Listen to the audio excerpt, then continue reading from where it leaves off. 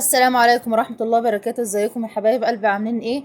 النهاردة بإذن الله هنعمل مع بعض احلى واسرع حلوى. هنعمل ام علي. تابعوا معايا الفيديو.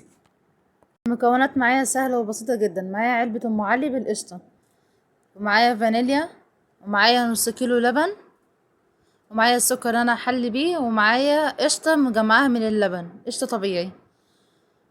هنا نخرج محتوى العلبة.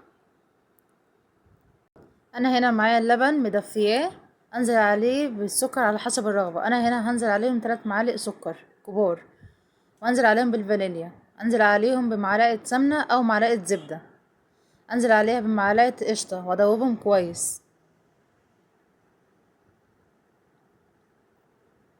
بعد كده انا عندي هنا شويه مكسرات. المكسرات هنا على حسب الرغبه. انا هنا عندي جوز هند وعندي زبيب. حابه تضيفي اي نوع مكسرات ضيفي على حسب الرغبه. انزل عليهم بالخليط بتاعي وادخلها الفرن. مفيش اسرع ولا اسهل من كده طريقة ام علي. وده الشكل النهائي لام علي، سهلة وسريعة وما بتاخدش وقت. يا رب الفيديو يكون عجبكم. لايك وشير. اشوفكم باذن الله في فيديو جديد في حفظ الله.